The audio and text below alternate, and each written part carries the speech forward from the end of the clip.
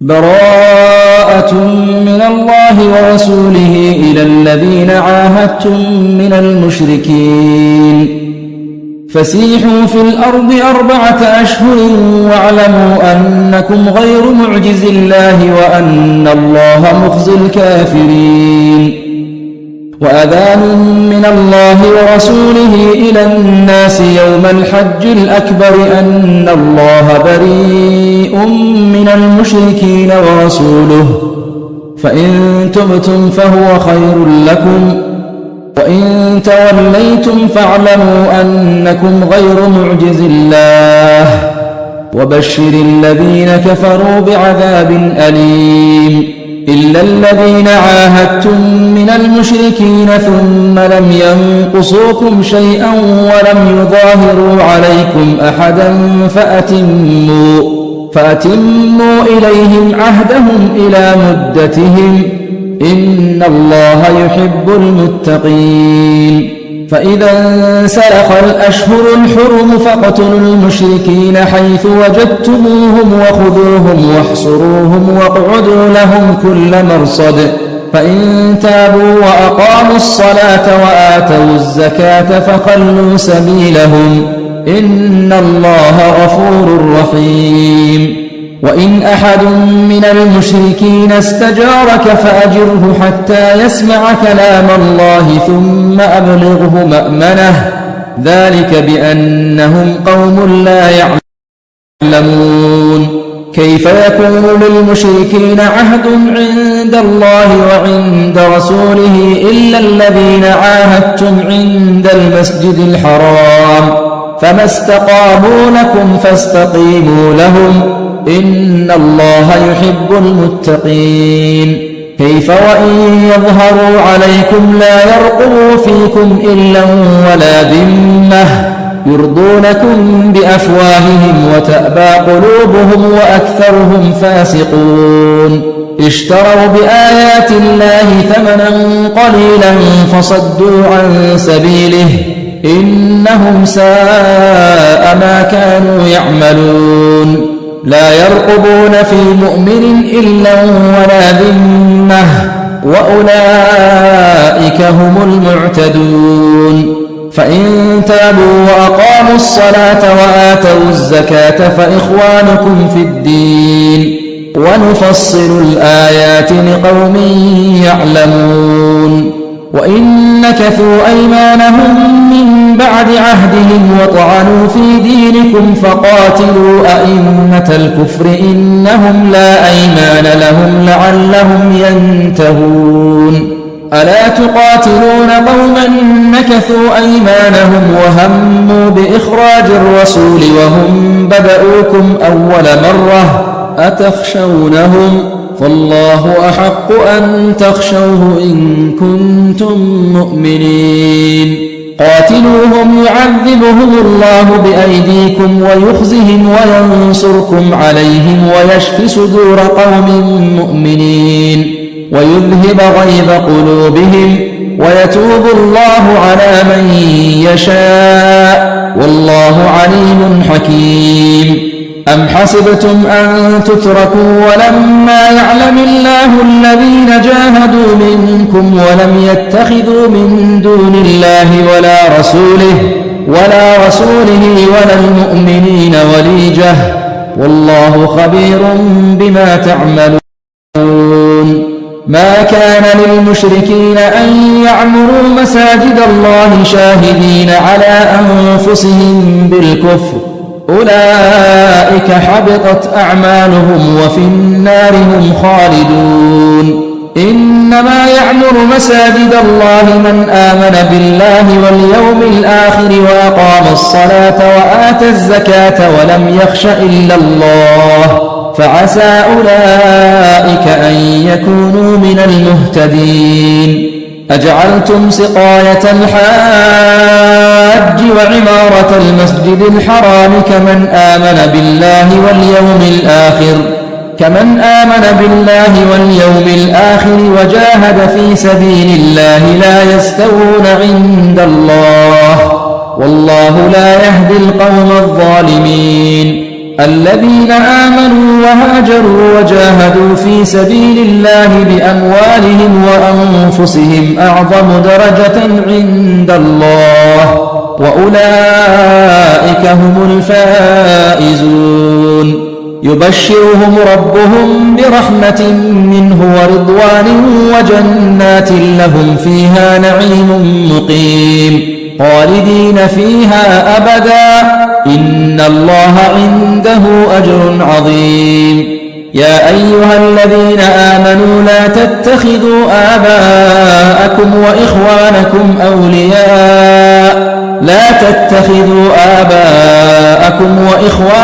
أولياء إن استحبوا الكفر على الإيمان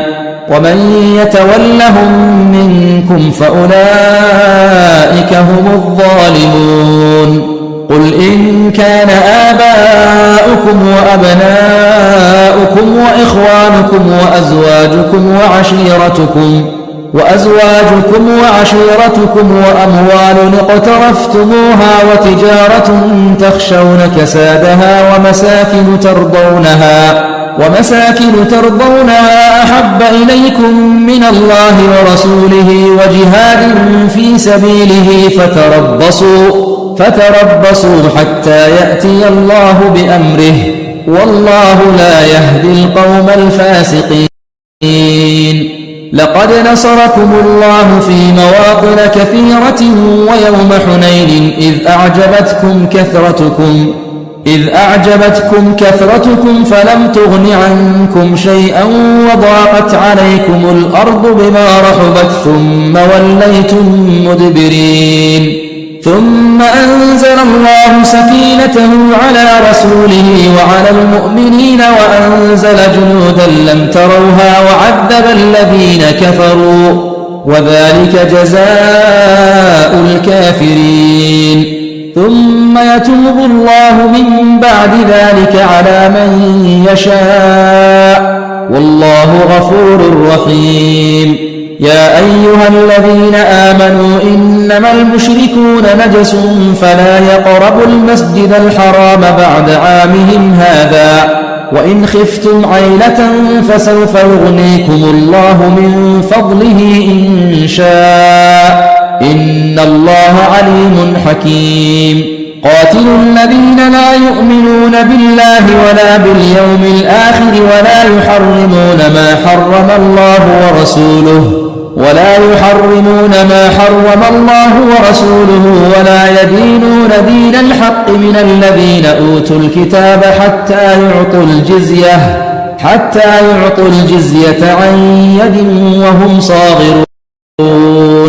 وقالت اليهود عزير ابن الله وقالت النصارى المسيح ابن الله ذلك قولهم بأفواههم يضاهئون قول الذين كفروا من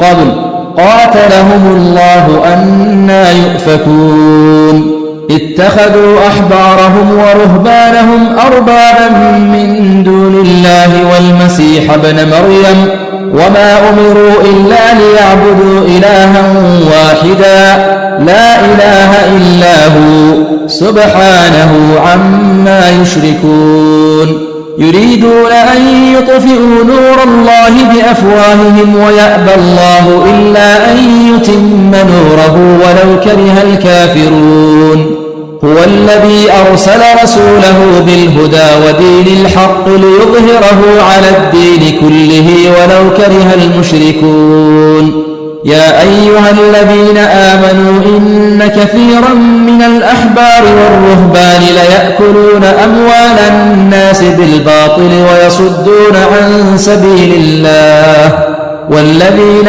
يكنزون الذهب والفضة ولا ينفقونها في سبيل الله فبشرهم بعذاب أليم يوم يحمى عليها في نار جهنم فتكوى بها جباههم وجنوبهم وظهورهم هذا ما كنزتم لأنفسكم فذوقوا ما كنتم تكنزون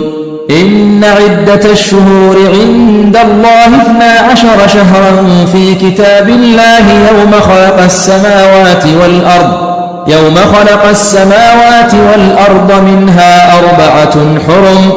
ذلك الدين القيم فلا تظلموا فيهن أنفسكم وقاتلوا المشركين كافة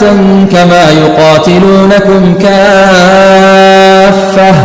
واعلموا أن الله مع المتقين إنما النسيء زيادة في الكفر يضل به الذين كفروا يحلونه عاما ويحرمونه عاما ليواطئوا عدة ما حرم الله فيحلوا ما حرم الله زين لهم سوء أعمالهم والله لا يهدي القوم الكافرين يا أيها الذين آمنوا ما لكم إذا قيل لكم انفروا في سبيل الله اثاقلتم إلى الأرض أرضيتم بالحياة الدنيا من الآخرة فما متاع الحياة الدنيا في الآخرة إلا قليل إلا تنفروا يعذبكم عذابا أليما ويستبدل قوما غيركم ولا تضروه شيئا والله على كل شيء قدير إلا تنصروه فقد نصره الله إذ أخرجه الذين كفروا ثاني اثنين إذ هما في الغار إذ يقول لصاحبه لا تحزن إن الله معنا فأنزل الله سكينته عليه وأيده بجنود لم تروها وجعل كلمة الذين كفروا السفلى وكلمة الله هي العليا والله عزيز حكيم انفروا خفافا وثقالا وجاهدوا بأموالكم وأنفسكم في سبيل الله ذلكم خير لكم إن كنتم تعلمون لو كان عرضا قريبا وسفرا قاصدا لاتبعوك ولكن بعدت عليهم الشقة وسيحلفون بالله لو استطعنا لخرجنا معكم يهلكون أنفسهم والله يعلم إنهم لكاذبون عفى الله عنك لما أذنت لهم حتى يتبين لك الذين صدقوا وتعلم الكاذبين لا يستأذنك الذين يؤمنون بالله واليوم الآخر أن يجاهدوا بأموالهم وأنفسهم والله عليم بالمتقين إنما يستأذنك الذين لا يؤمنون بالله واليوم الآخر وارتابت قلوبهم فهم في ريبهم يترددون ولو أرادوا الخروج لأعدوا له عدة ولكن كره الله بعاثهم فثبطهم وقيل اقعدوا مع القاعدين لو خرجوا فيكم ما زادوكم إلا خبالا ولأوضعوا خلالكم يبغونكم الفتنة وفيكم سماعون لهم والله عليم بالظالمين لقد ابتغوا الفتنة من قبل وقلبوا لك الأمور حتى جاء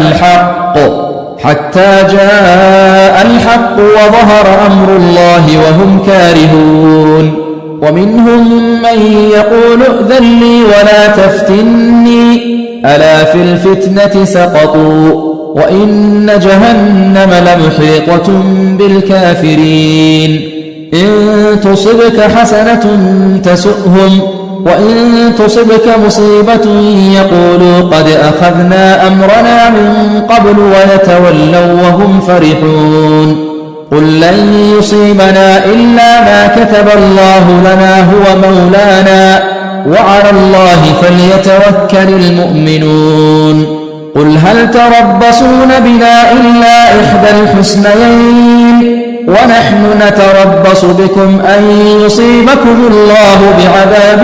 من عنده أو بأيدينا فتربصوا إنا معكم متربصون قل أنفقوا طوعا أو كرها لن يتقبل منكم إنكم كنتم قوما فاسقين وما منعهم أن تقبل منهم نفقاتهم إلا أنهم كفروا بالله وبرسوله ولا يأتون الصلاة إلا وهم كسالى ولا ينفقون إلا وهم كارهون فلا تعجبك أموالهم ولا أولادهم إنما يريد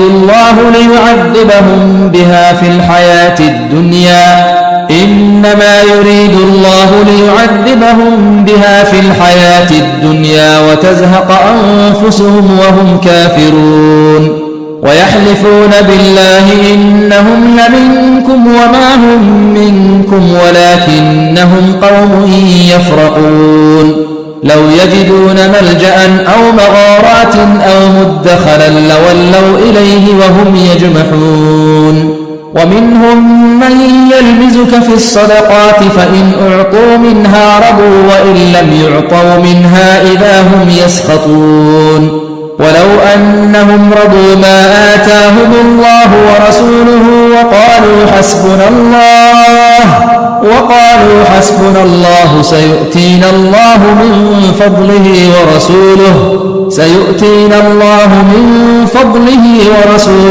إنا إلى الله راغبون إنما الصدقات للفقراء والمساكين والعاملين عليها والمؤلفة قلوبهم وفي الرقاب والغارمين وفي سبيل الله وابن السبيل فريضة من الله والله عليم حكيم ومنهم الذين يؤذون النبي ويقولون هو أذن قل أذن خير لكم يؤمن بالله ويؤمن للمؤمنين ورحمة للذين آمنوا منكم والذين يؤذون رسول الله لهم عذاب أليم يحلفون بالله لكم ليرضوكم والله ورسوله أحق أن يرضوه إن كانوا مؤمنين ألم يعلموا أنه من يحادد الله ورسوله فأن له نار جهنم خالدا فيها ذلك الخزي العظيم يحذر المنافقون أن تنزل عليهم سورة تنبئهم بما في قلوبهم قل استهزئوا إن الله مخرج ما تحذرون ولئن سألتهم ليقولن إنما كنا نخوض ونلعب قل أبالله وآياته ورسوله كنتم تستهزئون لا تعتذروا قد كفرتم بعد إيمانكم إن نعف عن طائفة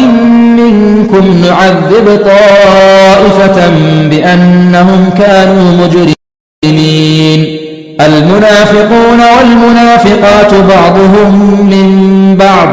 يأمرون بالمنكر وينهون عن المعروف ويقبضون أيديهم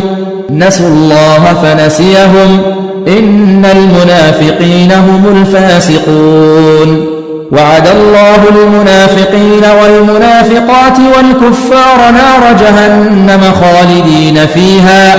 هي حسبهم ولعنهم الله ولهم عذاب مقيم كالذين من قبلكم كانوا أشد منكم قوة وأكثر أموالا وأولادا فاستمتعوا بخلاقهم فاستمتعتم بخلاقكم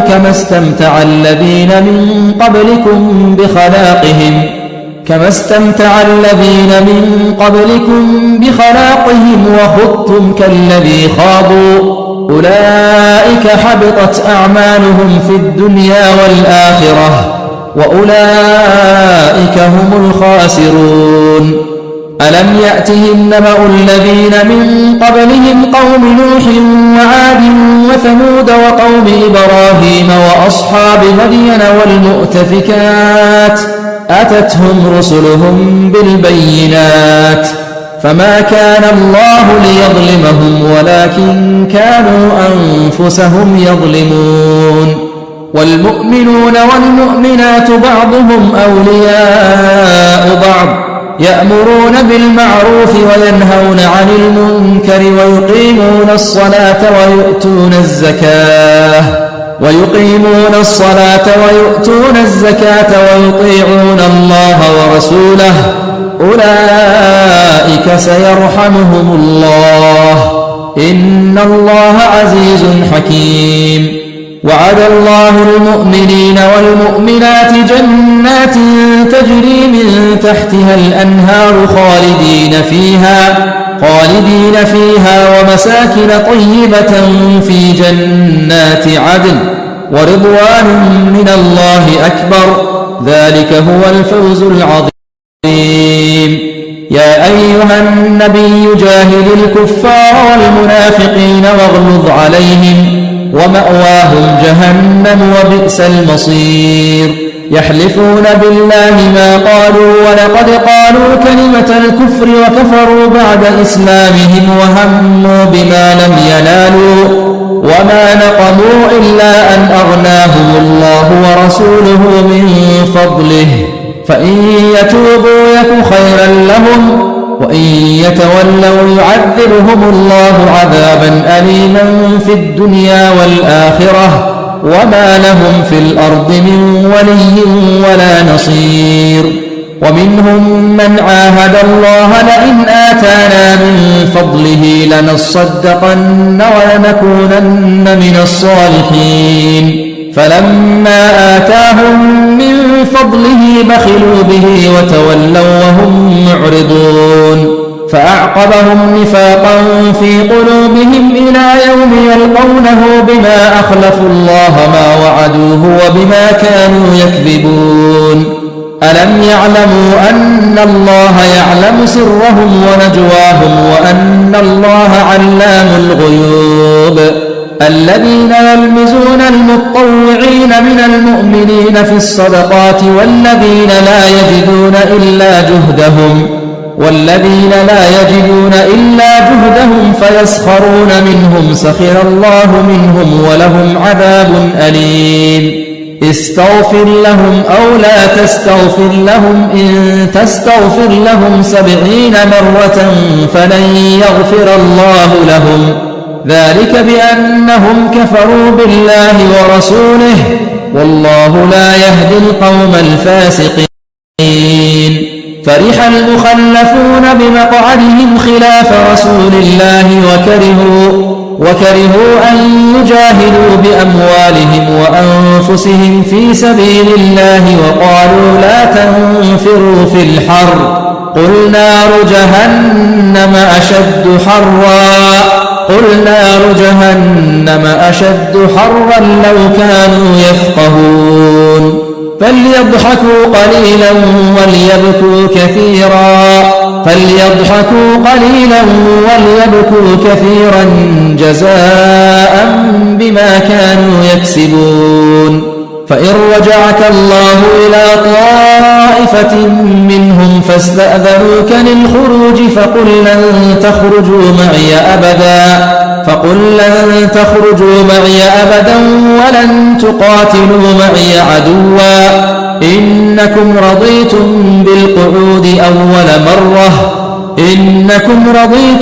بالقعود أول مرة فاقعدوا مع الخالفين.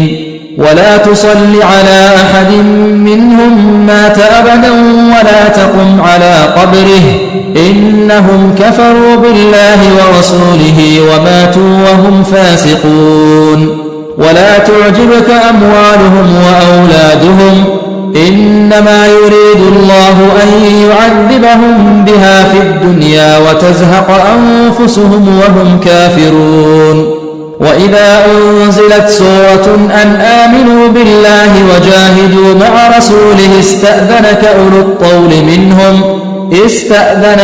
الطول منهم وقالوا ذرنا نكن مع القاعدين. رضوا بأن يكونوا مع الخوالف وطبع على قلوبهم فهم لا يفقهون.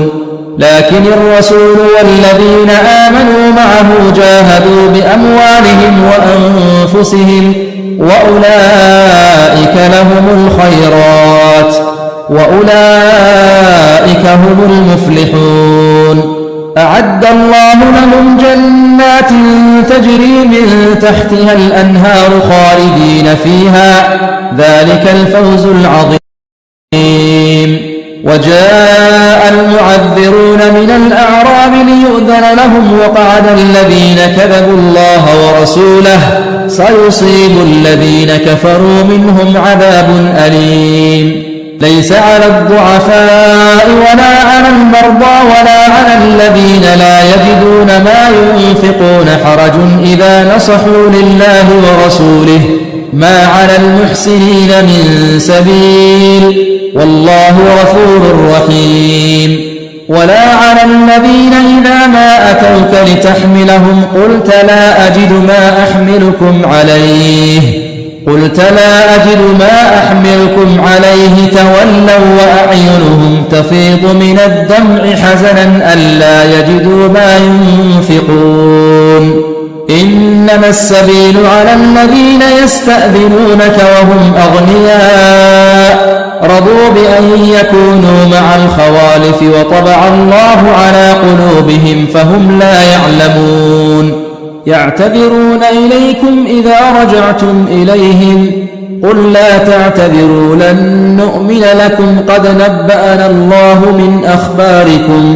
وسيرى الله عملكم ورسوله ثم تردون إلى عالم الغيب والشهادة فينبئكم بما كنتم تعملون. سيحلفون بالله لكم إذا انقلبتم إليهم لتعرضوا عنهم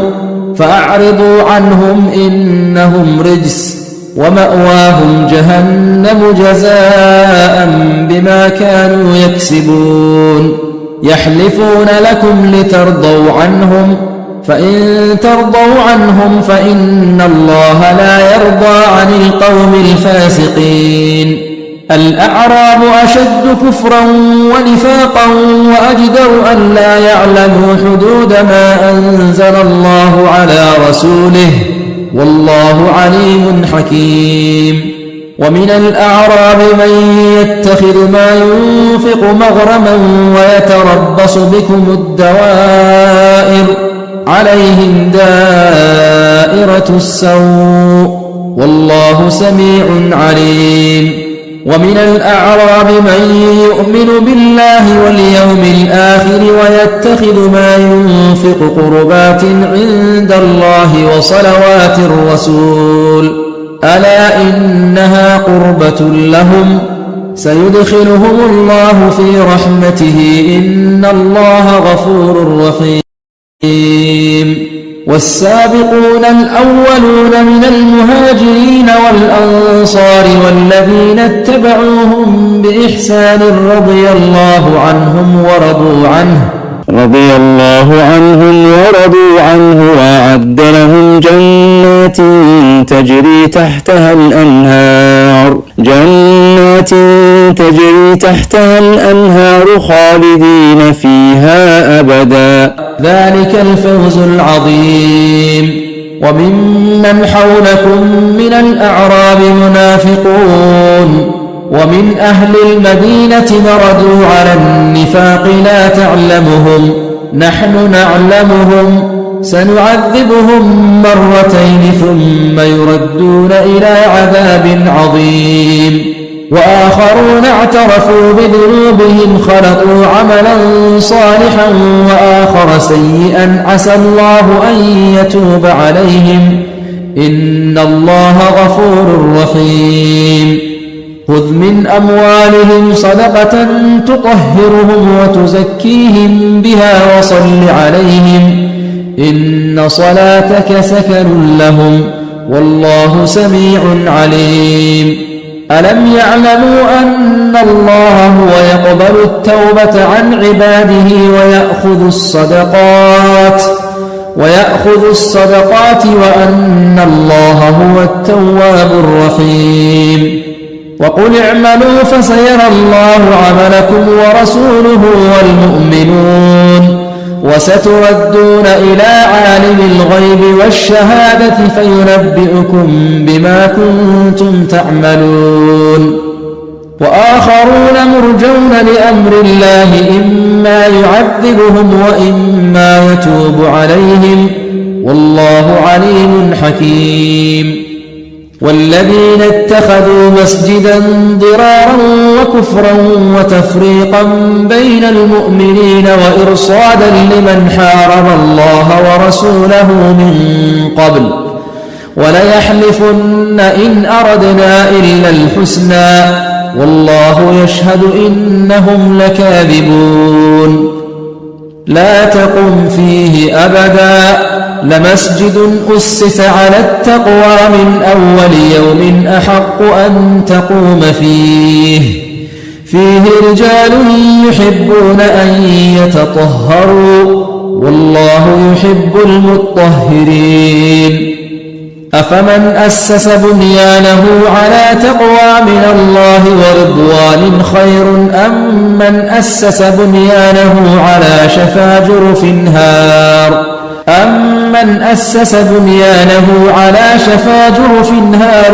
فانهار به في نار جهنم والله لا يهدي القوم الظالمين لا يزال بنيانهم الذي بنوا ريبة في قلوبهم إلا أن تقطع قلوبهم والله عليم حكيم إن الله اشترى من المؤمنين أنفسهم وأموالهم بأن لهم الجنة يقاتلون في سبيل الله فيقتلون ويقتلون وعدا عليه حقا في التوراة والإنجيل والقرآن ومن أوفى بعهده من الله فاستبشروا ببيعكم الذي بايعتم به وذلك هو الفوز العظيم التائبون العابدون الحامدون السائحون الراكعون الساجدون الآمرون بالمعروف والناهون عن المنكر والحافظون لحدود الله وبشر المؤمنين ما كان للنبي والذين آمنوا أن يستغفروا للمشركين ولو كانوا أولي قربى من بعد ما تبين لهم أنهم أصحاب الجحيم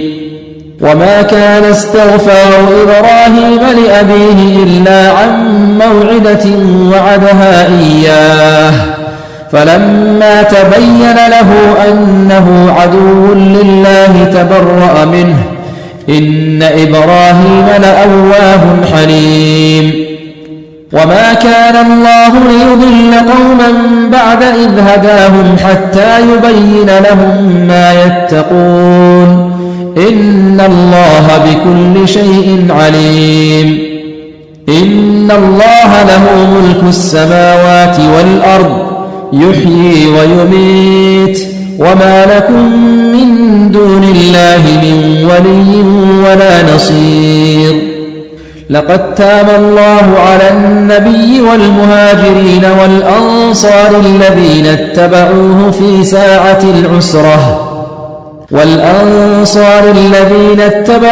في ساعة العسرة من بعد ما كاد يزيغ قلوب فريق منهم ثم تاب عليهم إنه بهم رءوف رحيم وعلى الثلاثة الذين خلفوا حتى إذا ضاقت عليهم الأرض بما رحبت وضاقت عليهم أنفسهم وظنوا أن لا ملجأ من الله إلا إليه ثم تاب عليهم ليتوبوا إن الله هو التواب الرحيم يا أيها الذين آمنوا اتقوا الله وكونوا مع الصادقين ما كان لأهل المدينة ومن حولهم من الأعراب أن يتخلفوا عن رسول الله ولا يرغبوا بأنفسهم عن نفسه، ذلك بأنهم لا يصيبهم ظمأ ولا نصب ولا مخمصة في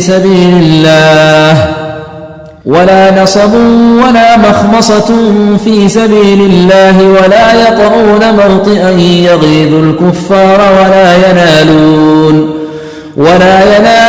من عدو نيلا إلا كتب لهم به عمل صالح، إن الله لا يضيع أجر المحسنين. ولا ينفقون نفقة صغيرة ولا كبيرة ولا يقطعون واديا إلا كتب لهم ليجزيهم الله أحسن ما كانوا يعملون. وما كان المؤمنون لينفروا كافة، فلولا نفر من كل فرقة منهم طائفة ليتفقهوا في الدين ولينذروا قومهم إذا رجعوا إليهم لعلهم يحذرون.